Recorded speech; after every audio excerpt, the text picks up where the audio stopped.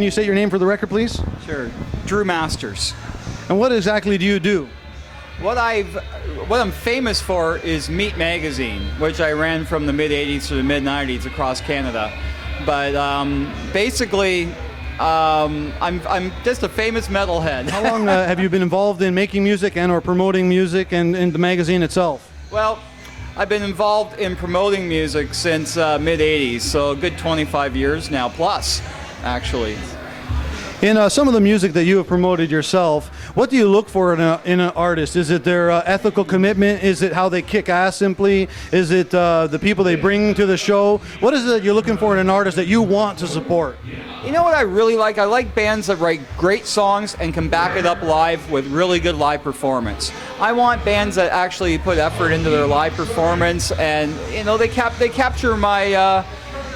They keep my attention. I really don't think it matters, but the problem is Canadians have this legacy of being behind the curve instead of ahead of the curve. And to be ahead of the curve, you got to be original, and you got to think for yourself, and you got to go outside the box of what's currently going on, and just be true to yourself as an artist. And if you're going to be following what's going on with what's happening in the world, you're going to be a follower, and you're going to get left behind. And too many Canadian bands have fallen into that trap. That what you want to do is just follow your own instincts and your own abilities and do your own thing. Oh, that sounds wonderful. I'm not sure if you're familiar with OMDC, the Ontario Media Development Corporation. Anyway, it's a government-run corporation, basically, that does fund artists in Canada in general, and they're developing all different types of artists and also new technology. So what type of new technology do you think that an artist should actually be grabbing onto to promote themselves and to work with to perfect their creativity? Okay. To promote themselves, I would get totally into social media, and whatever is like the social media of the moment, you got to go for it. I mean, that's just the way it's going to be. It's Twitter and Facebook now, and who knows what it's going to be in 3, 4, 5, 10 years. You just got to go with the flow. But as far as the creativity, I like to see bands go back and be a little bit more, make it a little more difficult. Go into recording studios and not be so like techie and just actually play, live off the floor and get a little bit more just organic and being more natural, and stop being so tricked in this auto tunes and all this stuff that goes on in vocals or anything like all this like fake tones you can get. I want to see guys like really work old school equipment and come out with great tones and great new sounds and that. I think it's almost right now too easy to be in bands. Guys are expecting to be famous in a year. They don't want to put in the 3, 4 years to develop their own sounds, their own feelings, their own emotions in their music, and their own, that will drive their own identity, and then that identity will be something that they will be picked up on if it's meant to be.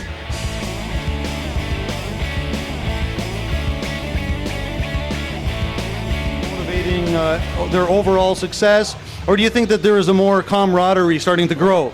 Well, okay, we're Canadians. We don't have greed in our vocabulary, okay? Because greed is not where we come from. We're not doing it for money. We're doing it for the love for the artist. Sure, we have making a financial gain on, but showing it. We're not here for greed. We're here to show that we have the talent. We also have the love for music, okay, or for the arts. At that arts, that means film, television, and music, and theater. So we're not greedy people. We're just talented people. Okay. So I'd like to ask you one last more or less provocative question. Is there a particular line that you personally would not cross, a line that you draw for yourself, and what necessarily would be your legacy that you would like to be remembered by as an artist and also as a promoter and someone who does support local artists? Well, that's a tough and good question all at the same time. And now you got me thinking about it, because a legacy, I'm going to go back to what we originally talked about. Legacy is helping bands, okay?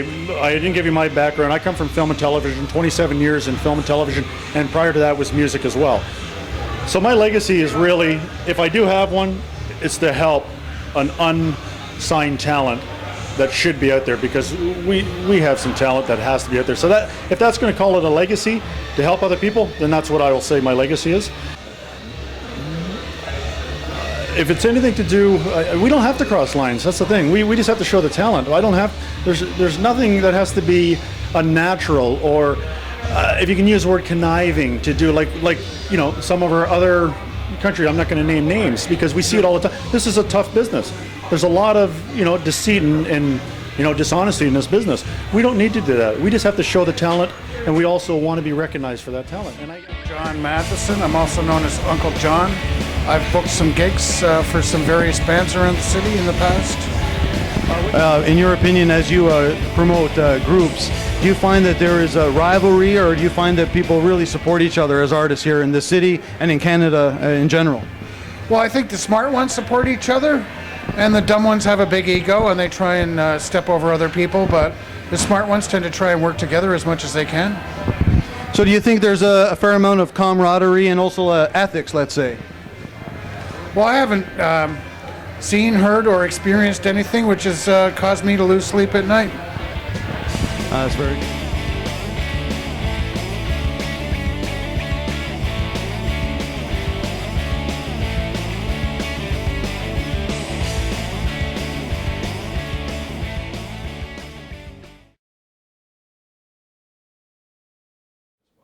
Yes, I'm Betty Dworatschek, president of Metal Queen Management, which is a music management, promotion, and publicity company. I wanted to ask you, Betty, you've met so many bands over the years, you've met so many diverse artists, and when it comes down to ethics, and since we're the ethically profitable United Legacy of Artists, do you teach ethics as well among artists? Like, what's your sense of ethics in artists? Yeah, absolutely. Artists need to know, first and foremost, when they're out there, not to badmouth anyone. It all comes back to you in the end. So everyone I work with really keeps, an up to par ethical code. And likewise, I deal with a lot of bands, and it's just, like you said, we may not like them all, but we all do have to get along. So, and touring is obviously an important part of the rock experience. Very. So when do you, if you see a new emerging band coming up, when do you think they're ready to go touring? Well, I would say, once they have a CD, a look, a show, they are ready. They're ready. Yeah. Good. So they have a good show. Yes. They have a good CD, Yes. a good mix of songs, Yes. and then you feel they can go touring, I guess. Yes. Obviously, cool. Yeah. Because a lot of rock bands feel that they need to go touring right away when they don't even have the amount of songs. Yeah, no, I mean, a lot of young bands just like to go out there and play, but they just don't have the show together. They don't really have, their identities made yet. And, let's get the whole show together before it's on the road. Good. Now, this is a weird question, okay? Since, we always attribute rock and roll to drugs, sex, and rock and roll, okay? Yeah. Okay. Those were the good old days. So, good old days. So do you think that the sex appeal in the band is important these days too, or is it just not absolutely, really? Absolutely. Girls still love bands, and fans love bands, and a look is very important, and so is sex appeal. And if you're looking to see who's selling these days and who's number one, they definitely have sex appeal. Okay, cool.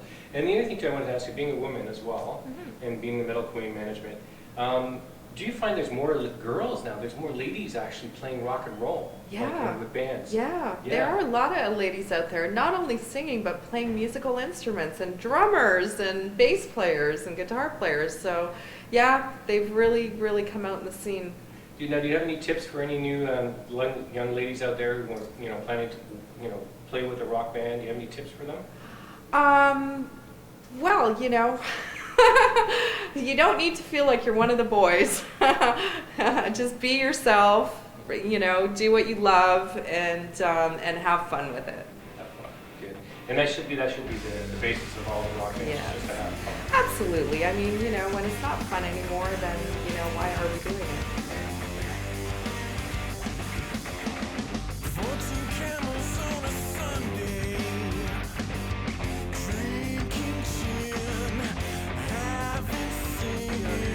Metal Management.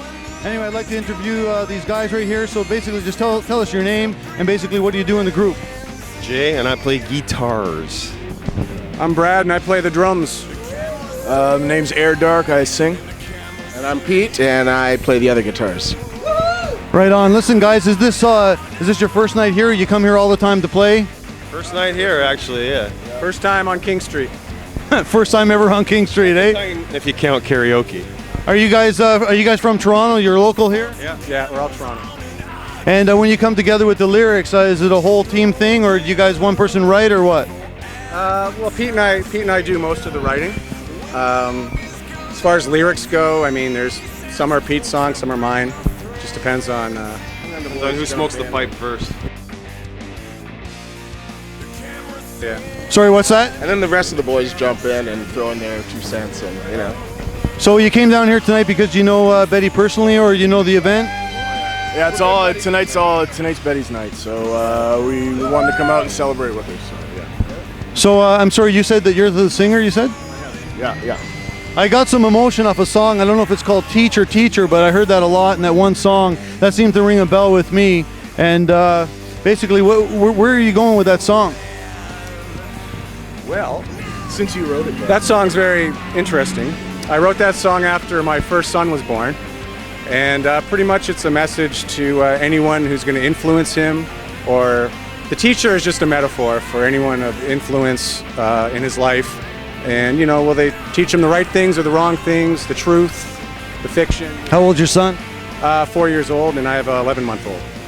I have a 4-year-old son and a 1-year-old myself, and I definitely want to be the proper teacher as well. And basically, I think that music definitely is a great way to teach, and the lyrics that you write down going along with that music, that's very important. So what would you think would be the overall message, if you have one, and or the legacy you would like to leave behind as musicians? I don't know if we have a message. I think there's a lot of messages, you know, spread out in all the songs, but there's no one direct message or any kind of legacy. I think we just want to make good music. good time. Just trying to have a good time with it, you know. Just. Well, I mean, it was great vibes. Yeah. But we're doing our jobs. Thank you. Doing your jobs. That's right. Right on. Listen, do you guys feel that you have a lot of support in Toronto and also in Canada? I mean, support by other local artists, or do you find that there's like an overall feeling of greed and a feeling of overall competition, or is it constructive? What do you think? Constructive with other bands that we've connected with and stuff. Everybody's pretty laid back and want to help each other. You know, hey, we got a gig, you want to play with us? We got a gig, you want to play with us? You know, that type of thing. So it's pretty good. So there's no like real nasty kibitzing, you think, in Toronto? Basically, there's room enough for enough bands here.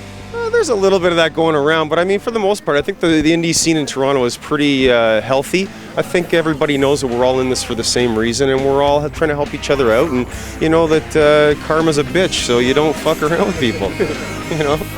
Listen, would you guys prefer to stay in Canada? I mean, not only go around the world, but being in Canada, do you feel that you have to hurry off the United States? No, definitely not. Like, we love playing in Canada and we love playing in Toronto. So if we, we'll stay in Toronto as long as we can. This would always be our home base anyway, No matter whatever happens.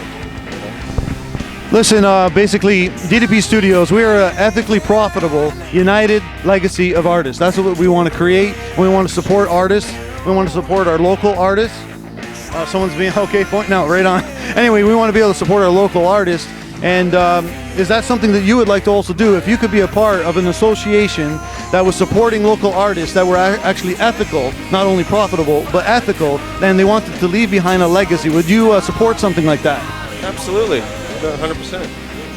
Sure. Wink, nudge. Right on. Listen, thanks a lot, guys. I thought you guys kicked ass. It was wonderful to hear you. Lots of energy and all the best. When are they playing next? Yeah, actually, when are you guys playing next? Plug it. We're actually recording Volume 2. We've been doing that on and off since December, and so that's kind of our focus. But, you know, the spring and summer comes, and there'll be a lot of gigs coming up. And yeah, Anybody who wants us to play, we're ready. we're easy. Right on. Okay, thank you very much.